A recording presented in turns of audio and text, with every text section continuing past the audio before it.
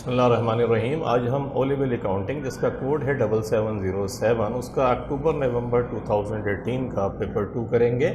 और पेपर 2 में question number 1 से लेके क्वेश्चन नंबर 3 जो है, ये सब कराचियंस एकेडमी के यूट्यूब चैनल पर अगर आप जाएं तो वहाँ पर आपको ये प्लेलिस्ट में अक्टूबर नवंबर 2018 का फोल्डर मिलेगा। उसमें ये तीनों क्वेश्चंस आपको मिल जाएंगे, जिसको हमने बहुत डिटेल्ड से विद कंसेप्ट इसको कराया है। इसके अलावा भी बहुत कुछ है वहाँ पर जो आपके प्रैक्टिस में बहुत हेल्पफुल होगा। अकाउंटिंग के अंदर I have been telling since beginning, I have started recording my lecture, कि अकाउंटिंग के अंदर एक दो चीज़ें बहुत इंपॉर्टेंट हैं। एक तो ये कि आपके कंसेप्ट्स क्लियर होने चाहिए, और सेकंड ये कि सिर्फ कंसेप्ट्स का क्लियर होना काफ़ी नहीं है, बल्कि प्रैक्टिस मैक्स परफेक्ट। कि जितनी ज़्यादा आप प्रैक्टिस करेंगे इतना आप पार्टों पे चले जाएंगे, आपको चीज़ें मुश्किल नहीं लगेंगी। एग्ज़ाम्स के अंदर आपको क्वेश्चन अटैम्प्ट करना बहुत आसान होगा।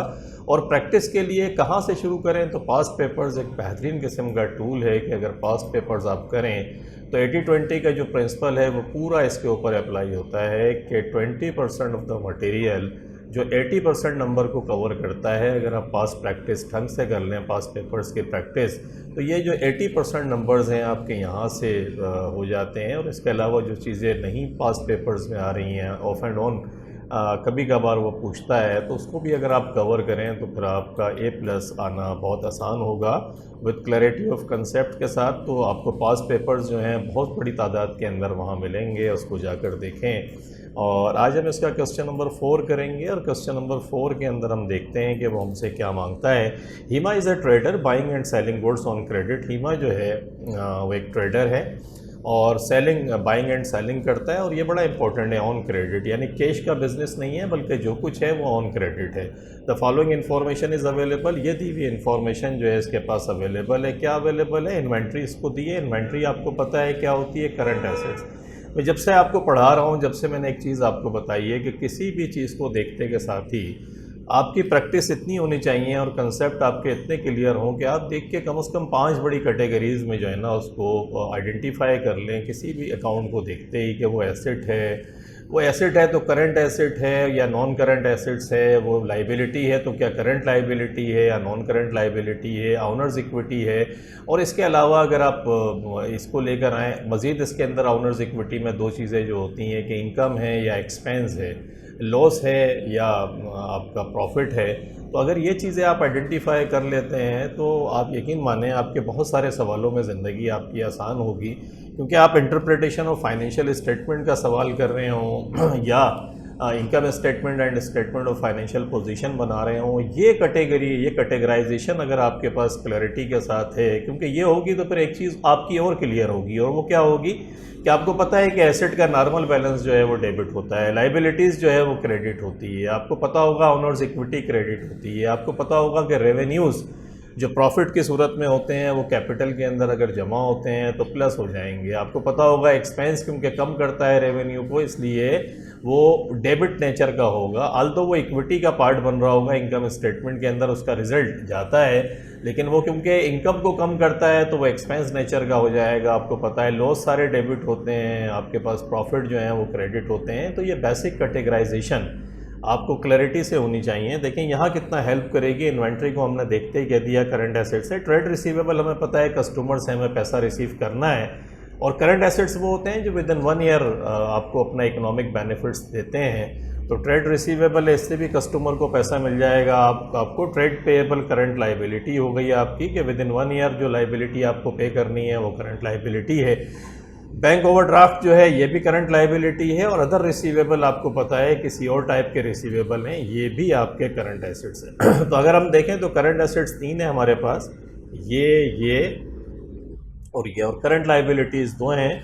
तो 20 और 50 70 और 74,000 74,000 के हमारे करंट एसेट्स हैं अगर हम ऐसे ही देखें उठा के, और 25 और 12 37 ये हमारी करंट लाइबिलिटी है। तो ये करंट एसेट्स, करंट लाइबिलिटीज़ आपको पता चल गया है। इसके अलावा क्विक एसेट्स क्या होते हैं? क्विक एसेट्स वो होते हैं कि अगर आप करंट एसेट्स में से इन्वेंट्री को माइनस कर दें, इन्वेंट्री इसलिए कि उसको जब वो बिकेगी तो पैसा आपके पास आएगा। इसके अलावा जो एसेट्स होते हैं वो नॉर्मली क्विक फॉर्म में होते हैं कि एक्सपेक्टेड होता है कि उनसे पैसा आपको जल्दी मिल जाएगा।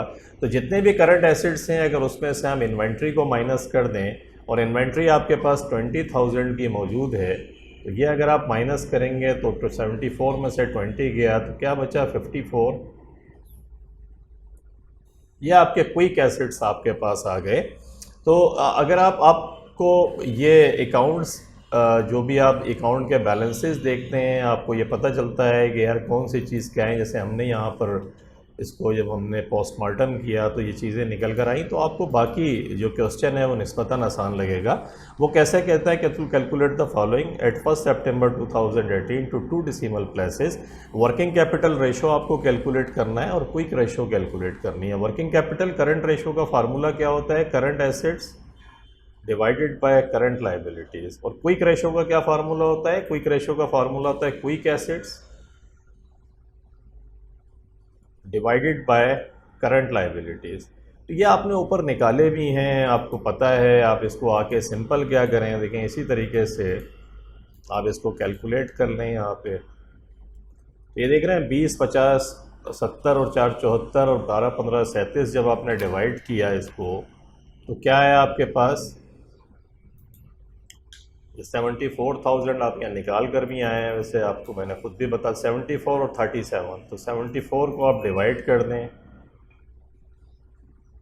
37,000 से, तो क्या आ गया 74,000 को डिवाइड किया 37,000 से तो 2 आ गया आपके पास,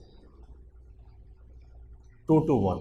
यानी 1 रुपये की लाइबिलिटी पे करने के लिए 2 रुपये के एसेट आपके पास मौजूद हैं। Not bad. करंट रेशो आपकी बेहतर आई है। नॉर्मली करंट रेशो आपकी 1.5 to 3 या समटाइम्स आप इसको 2 कह देते हैं 2.5। तो 1.5 से ऊपर की रेंज के अंदर अगर हम जाते हैं, जैसे जैसे ऊपर बढ़ते हैं नॉर्मली 3 पर जाकर हम क्लोज अगर करें तो इन बिटवीन अगर कोई रेंज है तो वो अच्छी। इसका मकसद है आपके लिक्विडिटी रेशो के लाइबिलिटी जो आपके क्रेडिटर्स हैं उनको परेशान होने की ज़रूरत नहीं है और आपको भी परेशान होने की ज़रूरत नहीं है, क्योंकि उनको पे ऑफ करने के लिए सफिशेंट करंट एसेट्स आपके पास मौजूद हैं। क्विक एसेट्स अगर हम आएँ तो मैंने क्विक एसेट्स कहा था कि क्विक एसेट्स आपने निकाल के 54,000 आपके पास बचा था, तो 54,000 को आपने इसी 37,000 से डिवाइड कर दिया, तो 54,000 डिवाइडेड बाय 37,000 ये 1.545 1.46 कहते हैं आप। यानी 1 रुपये की लाइबिलिटी पे करने के लिए 1.46 रुपीज़ या $1 की पेमेंट करने के लिए $1.46 आपके पास अवेलेबल है। नॉट बैड, ये भी अच्छा है आपके पास। इसमें सिर्फ एक चीज़ है, अगर आप सवाल को देखें तो आपका बैंक ओवरड्राफ्ट है। बैंक ओवरड्राफ्ट का मकसद समझते हैं आप क्या है? बैंक ओवरड्राफ्ट का मकसद ये है कि आपने बैंक से ज़्यादा पैसे निकाले हुए हैं, बैंक का पैसा आपको देना है।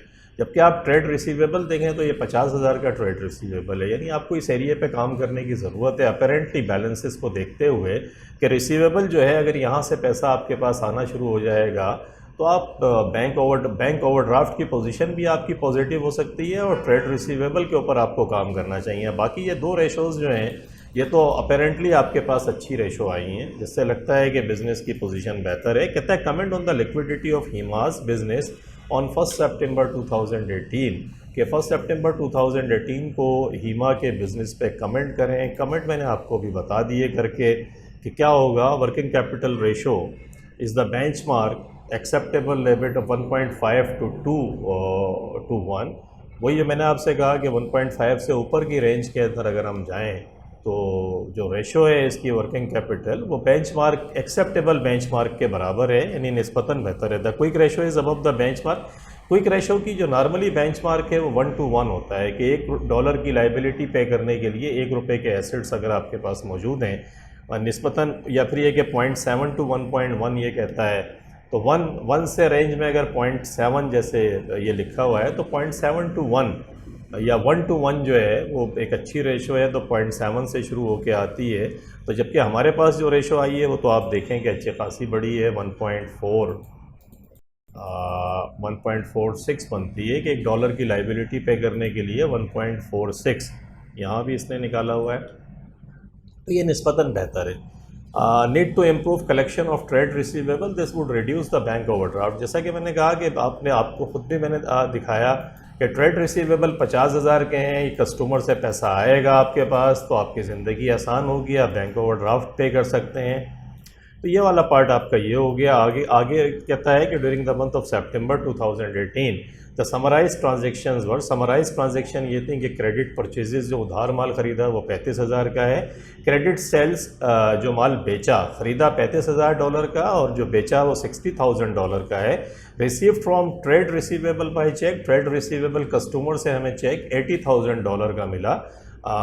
Paid to trade payable by cheque, trade payable liability की हमने पेमेंट करी $27,000 की, एंड पेड फॉर एक्सपेंसेस, कुछ और एक्सपेंसेस थे जिनकी पेमेंट हमने करी $15,000 की। महिमा marks up all goods by 50% for resale, कि जितना भी चीज़ें आती हैं उस पर 50% का मार्कअप होता है इसका, और फिर उसको रीसेल कर देती है। आगे कहता है calculate the following balances at 30 सितंबर 2018। इन्वेंट्री आपसे पूछता है, इन्वेंट्री के बाद ट्रेड रिसीवेबल पूछता है, ट्रेड पेएबल बैंक, ये चार चीज़ें आपसे पूछ रहा है। मिसिंग फिगर है। सबसे पहले तो आप देखें, मैं आपको बताता आ रहा हूँ, अगर आप जाकर देखें तो पूरा मार्कअप एंड मार्जिन के ऊपर, ग्रॉस मार्जिन और मार्कअप के ऊपर पूरा लेक्चर मेरा है, वो आप देख लें। या प्रीवियस जो मैंने पास्ट पेपर्स कराए हैं उसमें इस किस्म के पेपर्स जो अभी हम कर रहे हैं ये काफ़ी तादाद में रिपीट भी हो रहे हैं। अगर पास्ट पेपर्स आप जाकर देखेंगे जो मैंने रिकॉर्ड कराए हैं तो ये निस्बतन आपको इस कंसेप्ट को एब्जॉर्ब करना, एसिमुलेट करना आसान होगा और आप आराम से कर सकते हैं। मैं एक बात आपको बताता चला आ रहा हूँ कि जब भी वो मार्कअप देगा तो markup relates to cost, markup का ताल्लुक हमेशा कॉस्ट से है। तो इसने कॉस्ट ऑफ सेल्स आपको दी नहीं है। देखिए सबसे पहले तो प्रीवियस बैलेंसेस भी जहन में रखेंगे। ये ओपनिंग इन्वेंट्री देखें, ये जो इन्वेंट्री है जो 1 सितंबर 2018 को थी, ओपनिंग इन्वेंट्री है। ओपनिंग इन्वेंट्री ये हो जाएगी आपकी, क्रेडिट परचेजेस ये हो गई हैं आपकी। तो ओपनिंग इन्वेंट्री में क्रेडिट परचेजेस को आप प्लस कर दें, ये गुड्स अवेलेबल फॉर सेल्स आ जाएगा। एंडिंग इन्वेंट्री माइनस करें, एंडिंग इन्वेंट्री आपको पता ही नहीं है, ये मालूम करनी है आपको। तो एंडिंग इन्वेंट्री अगर आपको पता हो और माइनस कर दें तो फिर आपके पास कॉस्ट ऑफ सेल्स आ जाएगा। कॉस्ट ऑफ सेल्स को अगर क्रेडिट सेल्स में से माइनस कर दें तो ग्रॉस प्रॉफिट आ जाएगा। अब ना आपको एंडिंग इन्वेंट्री पता है तो कॉस्ट ऑफ सेल्स आप नहीं निकाल सकते। और अलबत्ता आप ये कर सकते हैं, क्रेडिट सेल्स आपको दी हुई है, ये मार्कअप दिया हुआ है और मार्कअप हमेशा कॉस्ट ऑफ सेल्स पे लगता है। कॉस्ट ऑफ सेल्स हमारे पास है ही नहीं, लेकिन मार्जिन, ग्रॉस मार्जिन जो है वो हमेशा क्रेडिट सेल्स पर, सेल्स के ऊपर लगता है। यहाँ तो कैश सेल्स है ही नहीं, तो फिर यही सेल्स है। और मार्कअप से मार्जिन तक पहुँचने का जो अमल है ये 50% देखें मार्कअप है। तो अगर आपके पास मार्जिन की परसेंटेज होती तो ये सेल्स की फिगर के ऊपर जो 60,000 की सेल्स पे अप्लाई करके उसे आप क्या निकाल लेते, ग्रॉस प्रॉफिट निकाल लेते। ग्रॉस प्रॉफिट निकल जाता तो फिर रिवर्स वर्किंग करके हमारे लिए आसान था कि हम इन्वेंट्री की फिगर निकाल दे, जैसे हम निकालेंगे अभी। तो अभी तो आप मार्जिन पहले आप निकालें। मार्कअप से मार्जिन का तरीका क्या होता है मैं आपको पहले बता चुका हूँ कई दफ़ा कि आप मार्कअप आपको कितना दिया हुआ है, मार्कअप परसेंटेज है 50%। अगर मार्जिन आपको कैलकुलेट करना है, मार्कअप से मार्जिन, तो मैंने आपको बताया था कि इसको फ्रैक्शन फॉर्म के अंदर ले आए आप। फ्रैक्शन फॉर्म के अंदर क्या करेंगे, 51 और 50 को 100 को अगर 50 से डिवाइड करें 2 टाइम्स तो 1/2 आ जाएगा। और मैंने आपको बताया था कि आप सिंपल करेंगे, जब भी इसको फ्रैक्शन फॉर्म में करके सिंपल फॉर्म के अंदर ले आएँ डिवाइड करके, जैसे 1 + 2 है। और मार्कअप से अगर मार्जिन कैलकुलेट कर रहे हैं तो जो नीचे वाला आपका डिनोमिनेटर है उसके अंदर जो 1 जो है 1 आप प्लस कर दें। जब आप इसको 1 प्लस करेंगे तो 1/3 आ जाएगा। 1/3 जब आ जाए तो इसको 100 से मल्टीप्लाई कर दें। जब आप 100 से मल्टीप्लाई करेंगे, 1 को डिवाइड कर दें 3 से, मल्टीप्लाई करें 100 से, तो ये 33.3333 जितने 3 लगा सकते हैं ये परसेंटेज 33.33% जो है ये आपका ग्रॉस मार्जिन आ गया। जब ये ग्रॉस मार्जिन आप निकाल लें तो आपकी ज़िंदगी निस्बतन आसान है। ये पहली वर्किंग हो गई आपकी। दूसरी वर्किंग के अंदर आप क्या करेंगे कि आप निकालेंगे ग्रॉस प्रॉफिट। ग्रॉस प्रॉफिट कैसे कैलकुलेट करेंगे, सेल्स आपको 60,000 की दी हुई है, ठीक है। सवाल के अंदर उसने कितनी सेल्स दी है आपको, अगर आप देखें तो ये देखें 60,000 की सेल्स उसने आपको दी है। यहाँ आप आ जाए नीचे, देखें 60,000 की क्रेडिट सेल्स। तो ये 60,000 पे आपके पास अब ग्रॉस प्रॉफिट परसेंटेज आ गई है। तो सेल्स ये है, और ग्रॉस प्रॉफिट कैसे निकालेंगे आप, इस 60,000 का मल्टीप्लाई कर दें 33.3333% आप कर दें तो ये 60,000 को मल्टीप्लाई कर दें 33.33% से 19,999.99 आता है, तो राउंड ऑफ करके आप कर लें 20,000। जब ये 20,000 आपके पास आ गया तो ये ग्रॉस प्रॉफिट आपके पास आ गया। ग्रॉस प्रॉफिट जब आपके पास आ जाए तो आपकी ज़िंदगी आसान है कि 20,000 का ग्रॉस प्रॉफिट है। अब आप रिवर्स वर्किंग बहुत इत्मीनान से कर सकते हैं। कैसे करेंगे? देखिए, ओपनिंग इन्वेंट्री कितनी थी आपके पास? ओपनिंग इन्वेंट्री यहाँ से आ जाए, ये ओपनिंग इन्वेंट्री 20,000, तो ये 20,000 की ओपनिंग इन्वेंट्री आपको दी हुई है। और देखें परचेजेस कितनी है? परचेजेस है 35,000 की आपके पास, तो 20 और 35, तो ओपनिंग इन्वेंट्री 20,000 है, इसमें ऐड कर दें परचेजेस, ये है 35,000 की, तो 20 और 35,000 कितना हो गया? 55,000।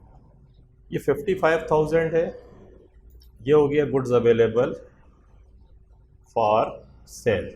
इसमें से लेस कर दें एंडिंग इन्वेंट्री। एंडिंग इन्वेंट्री की फ़िगर आपको पता नहीं है। जब एंडिंग इन्वेंट्री की फ़िगर पता नहीं है लेकिन आपको कॉस्ट ऑफ सेल पता है। कैसे पता है आपको कॉस्ट ऑफ सेल? तो कहते हैं कि ग्रॉस प्रॉफिट आपके पास आ गया, सेल 60,000 की है, तो कॉस्ट ऑफ सेल्स कैसे निकालेंगे?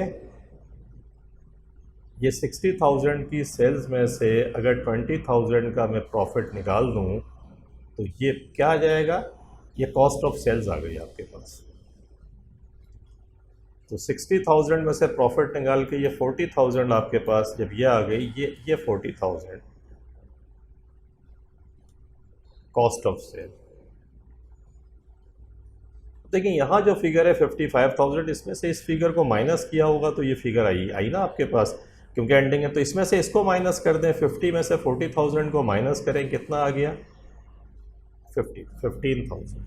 तो गुड्स अवेलेबल फॉर सेल्स में से अगर आप कॉस्ट ऑफ सेल्स को माइनस कर दें तो आपके पास एंडिंग इन्वेंट्री की फ़िगर आ जाती है। तो एंडिंग इन्वेंट्री की फ़िगर आपने निकाल ली और एंडिंग इन्वेंट्री की फ़िगर कितनी आ गई आपके पास?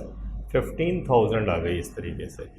तो ये आपके पास सबसे पहला जो इसके अंदर ये लास्ट टाइम भी हम कर आ रहे थे कि उसने मार्कअप आपको दिया है, सेल्स की फ़िगर दी हुई है। सबसे पहला काम ये करें कि मार्कअप को मार्जिन के अंदर चेंज कर दें, फिर मार्जिन की परसेंटेज को क्रेडिट सेल्स की परसेंटेज पे निकाल के ग्रॉस प्रॉफिट निकाल लें, सेल्स में से फिर ग्रॉस प्रॉफिट को माइनस करके कॉस्ट ऑफ सेल्स निकाल लें। ओपनिंग इन्वेंट्री दी हुई है, उसमें परचेजेस को प्लस करें और गुड्स अवेलेबल फॉर सेल्स में से कॉस्ट ऑफ सेल्स को माइनस करें, तो आपके पास एंडिंग इन्वेंट्री की फ़िगर आ जाएगी। तो ये आपका पहला वाला पार्ट हो गया। देखिए 15,000 उसने वैसे कैलकुलेट किया है, मैंने आपको पूरा डिटेल से समझाया है कि हम किस तरीके से इसको निकालेंगे। आगे आ जाएं, आगे क्या कहता है आपसे? कहता है ट्रेड रिसीवेबल। अब देखिए ट्रेड रिसीवेबल कैसे निकालेंगे? ट्रेड रिसीवेबल ओपनिंग बैलेंस कितना था? ओपनिंग बैलेंस देखें, शुरू में देखना पड़ेगा आपको। ट्रेड रिसीवेबल का बैलेंस 50,000, 50,000 रुपये, ये नज़र आ रहा है आपको? Trade receivable 50,000।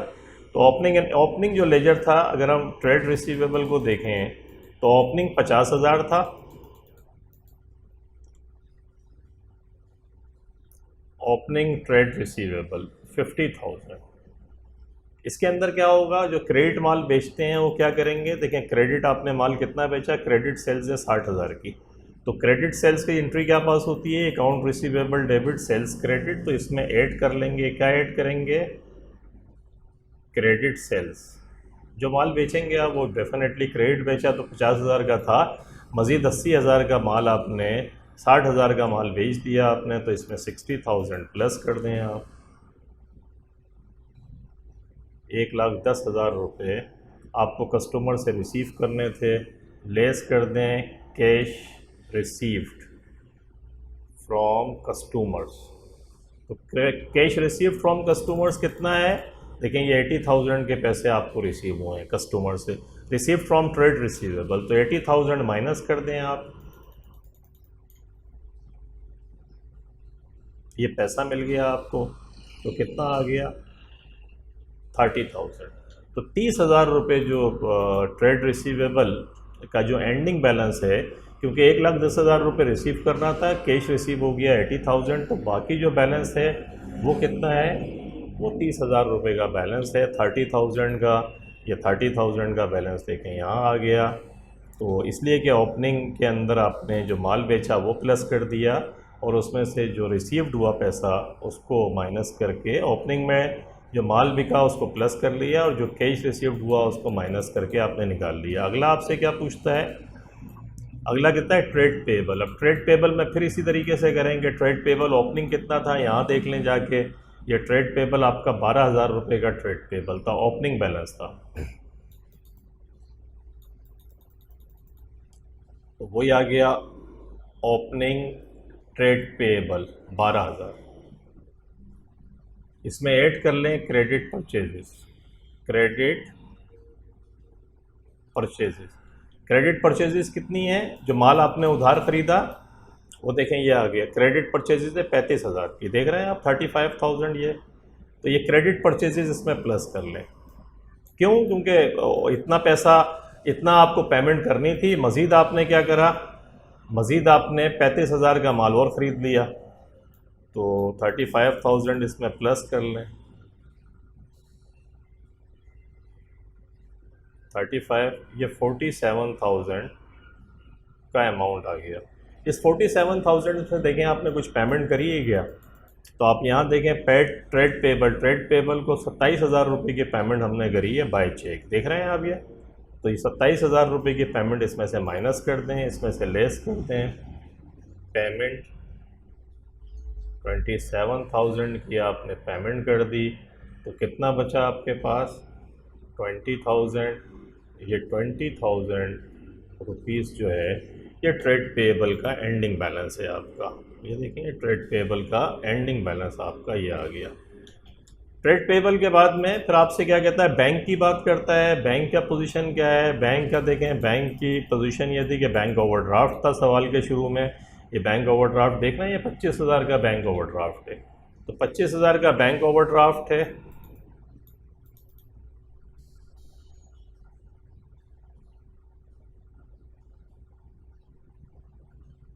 इसमें जो पेमेंट करी है आपने, पेमेंट क्या करेंगी, पेमेंट जो है वो देखें लाइबिलिटी को बढ़ाएं। बैंक के अंदर से पेमेंट कर रहे हैं, एक तो ऑलरेडी बैंक का पैसा आप पर है, तो जब जब आप पेमेंट करेंगे तो वो पैसा बढ़ेगा बैंक ओवरड्राफ्ट। तो पहले पेमेंट को लिख लेते हैं।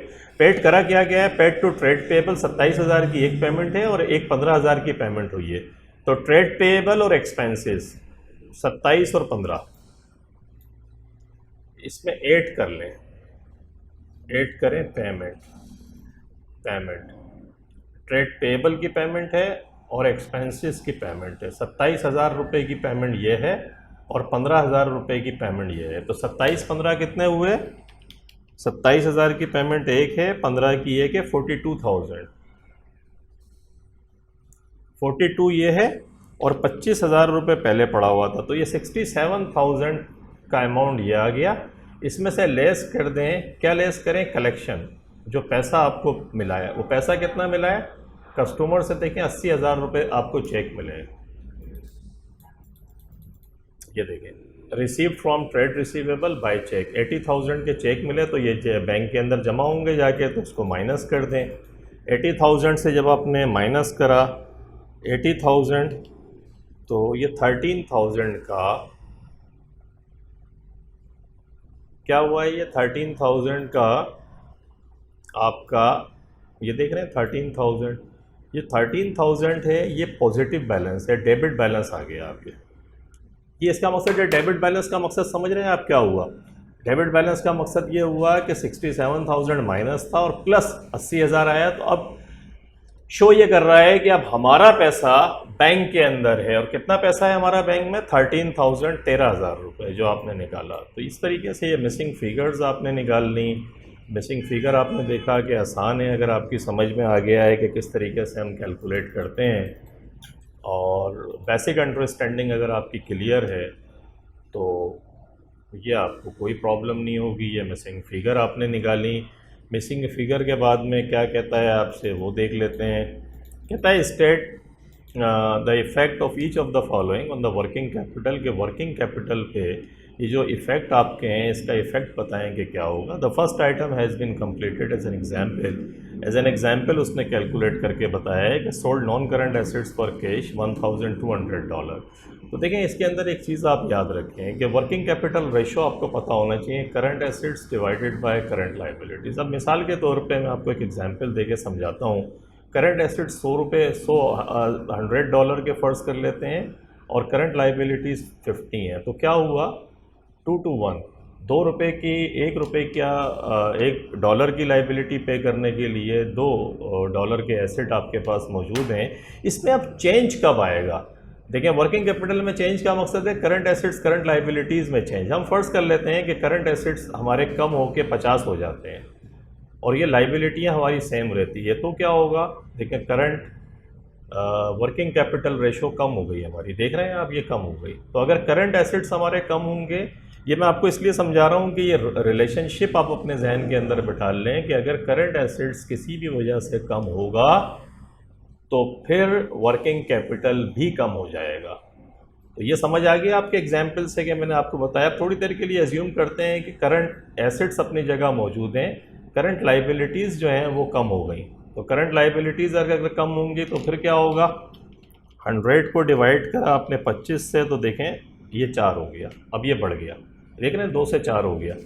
तो इसका मकसद है, इसका इन्वर्स रिलेशनशिप है। इन्वर्स रिलेशनशिप का मकसद क्या है कि अगर करंट एसेट्स बढ़ेंगे, करंट एसेट्स आपके कम हो जाएंगे, तो करंट एसेट्स अगर आपके कम होंगे, इन्वर्स रिलेशनशिप नहीं बल्कि डायरेक्ट रिलेशनशिप है कि देखें करंट एसेट्स आपके कम हुए तो करंट रेशो भी आपकी कम हो गई, यानी वर्किंग कैपिटल कम हो गया। और करंट लाइबिलिटीज़ अगर कम हुई,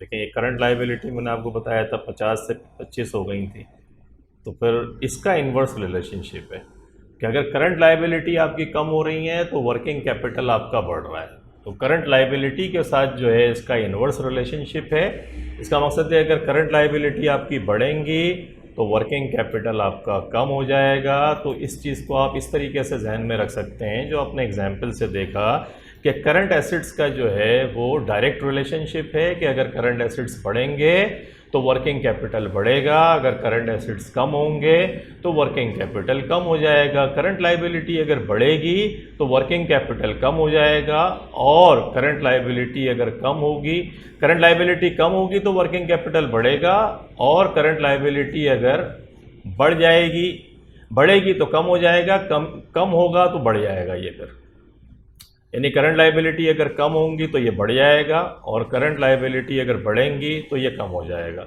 तो सिंपल जहन के अंदर रख लेते हैं, ये जो इसमें हो सकता है कोई मिस्टेक हो तो हम दो बातें जहन के अंदर रख लें आप कि करंट एसेट्स का डायरेक्ट रिलेशनशिप है कि ये बढ़ेगा तो वर्किंग कैपिटल भी बढ़ेगा, ये कम होगा तो वर्किंग कैपिटल भी कम हो जाएगा। और करंट लाइबिलिटी का क्या है? इन्वर्स रिलेशनशिप है। इन्वर्स का मकसद समझते हैं, उल्टा रिलेशनशिप है। करंट लाइबिलिटीज़ अगर आपकी बढ़ेंगी तो वर्किंग कैपिटल क्या होगा? माइनस हो जाएगा। तो ये आप अगर इस बात को जहन के अंदर रख लें, इसी तरीके से करंट लाइबिलिटी अगर कम हो जाएंगी तो वर्किंग कैपिटल क्या होगा? बढ़ जाएगा। तो ये बात आपकी समझ में अगर आ गई कि करंट एसेट्स का डायरेक्ट रिलेशनशिप है वर्किंग कैपिटल पे, और करंट लाइबिलिटीज़ का इन्वर्स रिलेशनशिप है, यानी उल्टा रिलेशनशिप है, तो फिर ज़िंदगी आसान है। बहुत सारे सवाल जो आप आगे के करने जाएंगे उसमें भी आपको आसानी होगी, और ये सवाल तो आपको बहुत आसान लगेगा। देखते हैं कैसे। Sold non current assets for cash. Cash आपको पता है करंट एसेट्स है, नॉन करंट एसेट्स का तो कोई ताल्लुक नहीं है वर्किंग कैपिटल से, क्योंकि ये करंट एसेट्स करंट लाइबिलिटीज़ पर होता है। तो कैश क्योंकि करंट एसेट्स है और वो बढ़ा, क्योंकि आपने बेचा तो कैश आया ना, कैश आया तो करंट एसेट्स बढ़ा, और करंट एसेट्स बढ़ा तो अभी हम पढ़कर आ रहे हैं कि करंट एसेट्स का डायरेक्ट रिलेशनशिप है वर्किंग कैपिटल से। तो देखें वर्किंग कैपिटल भी क्या हुआ? इंक्रीज़ हो गया। प्लस की साइन इंक्रीज़ को शो कर रही है, माइनस की साइन जो है वो नेगेटिव को रिडक्शन को शो करेगी। आगे आते हैं, trade receivable paid $485 in full settlement of debts of $500 के $500 का पैसा हमें लेना था, हमें $485 जो है मिले, और ये फाइनल सेटलमेंट है। इसका मतलब $15 का हमने कैश डिस्काउंट जो है वो अपने कस्टमर्स को दिया। तो एक एसेट हमारा बढ़ा, एक एसेट का मकसद है कि बैंक हमारा बढ़ा। बैंक कितने से बढ़ा? 485 से। बाकी तो डिस्काउंट में चला गया, डिस्काउंट में कितना गया? 15। और अकाउंट रिसीवेबल कितने से क्रेडिट हो गया, 500 से। इसका मतलब है देखें, एक एसेट्स बढ़ा 485 से और जबकि दूसरा एसेट्स कम हुआ, तो ओवरऑल एसेट में, करंट एसेट्स में क्या हुआ, करंट एसेट्स ओवरऑल आपका कम हुआ, कितने से कम हुआ, 15 से, क्योंकि ये कम हो रहा है 500 से, ये बढ़ रहा है 485 से, 15 तो डिस्काउंट में चले गए, तो ओवरऑल $15 से करंट एसेट्स कम हो गए हमारे। अगर $15 से कम एसेट्स कम हो गए तो इसका मकसद है कि $15 का नेगेटिव इम्पैक्ट है वर्किंग कैपिटल के ऊपर, क्योंकि ओवरऑल $15 से करंट एसेट्स आपके कम हो गए। मैंने आपको समझाया कैसे हुए कि 500 का account receivable, trade receivable asset है वो कम हुआ, जबकि बैंक की फॉर्म के अंदर बढ़ा। बैंक भी करंट एसेट्स है, लेकिन एक करंट एसेट्स बढ़ा 485 से, दूसरा करंट एसेट्स कम हुआ 500 से। नेट रिडक्शन करंट एसेट्स के अंदर $15 की है, तो ये डायरेक्ट रिलेशनशिप है इसका वर्किंग कैपिटल से, तो वर्किंग कैपिटल आपका $15 से कम हो गया। आगे आते हैं, converted $2,500 of the bank overdraft to a 5-year bank loan, कि बैंक ओवरड्राफ्ट करंट लाइबिलिटी होती है और 5 ईयर बैंक लोन में अगर आपने इसको कन्वर्ट किया तो बैंक 5 ईयर्स की तो नॉन करंट लाइबिलिटी है, जिसका करंट वर्किंग कैपिटल से कोई लेना देना नहीं है, तो 2500 से करंट लाइबिलिटीज़ आपकी कम हो गई, करंट लाइबिलिटीज़ कम हो गई 2500 से। तो इसका क्या है, इन्वर्स रिलेशनशिप है, अभी हम पढ़कर आ रहे हैं, तो वर्किंग कैपिटल क्या होगा, 2500 से बढ़ जाएगा, इन्वर्स रिलेशनशिप, ये कम हुई तो वर्किंग कैपिटल क्या होगा, $2500 से बढ़ जाएगा आपका। अभी हम देख कर आ रहे हैं। हीमा brought additional capital into the business, motor van $900 की, ये नॉन करंट एसेट्स है, एंड इन्वेंट्री $600 कि 1500 का इसने मजीद कैपिटल बिजनेस में इंजेक्ट किया। उसकी शक्ल ये थी कि मोटर वैन $900 से, तो मोटर वैन तो नॉन करंट एसेट से अगर बढ़ेगी भी तो वर्किंग कैपिटल पे उसका कोई इम्पैक्ट नहीं है। अलबत्ता इन्वेंट्री करंट एसेट से 600 की करंट एसेट्स में इजाफा हुआ और इसका डायरेक्ट रिलेशनशिप है वर्किंग कैपिटल से, तो 600 से प्लस हो गया। तो देखें ये आ गया 15 माइनस 2500 600। ये आपका सवाल कंप्लीट हुआ। क्वेश्चन नंबर 4 हमारा, इसमें हमने डिफरेंट किस्म के कंसेप्ट, मिसिंग फिगर को हमने कैलकुलेट किया, मार्कअप से मार्जिन निकाला और इम्पैक्ट हमने वर्किंग कैपिटल पर देखा, करंट एसेट्स करंट लाइबिलिटी में इंक्रीज़ और डिक्रीज़ का। होप आपकी समझ में आया होगा, अच्छा लगा होगा आपको। अपना फीडबैक ज़रूर दीजिएगा और अपने दोस्तों में भी इसको शेयर करें जो नॉलेज हम स्प्रेड कर रहे हैं। Thank you very much for watching the video. Allah हाफिज़।